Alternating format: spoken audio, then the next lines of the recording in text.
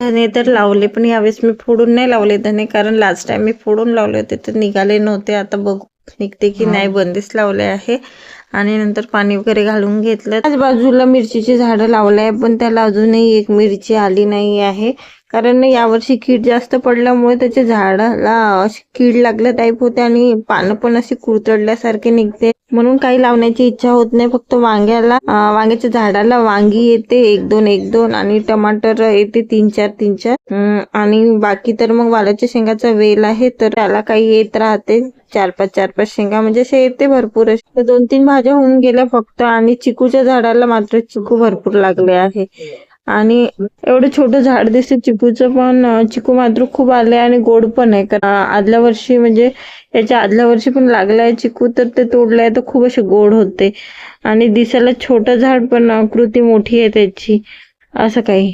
आणि त्या साईडनी काही हळदीचे झाड आहे आणि हे खायचे पानाचे वेल आहे, भरपूर असा मोठा झाला. काही कारल्याचे वेल आहे आणि कारले आले मधात भरपूर ना, आता बंदच झाले. हे हळदीचे झाड आहे आणि इथे पुदिन्याचा वेल आहे आणि वांग्याचे झाड आहे काही. आणि त्या साईडनी सगळी फुलांची झाडे आहे, फुलांची आणि काही अशी शोची वगैरे आहे. तर सगळं आमचं ऑर्गॅनिक किचन गार्डनचा लुक आहे आता सध्या.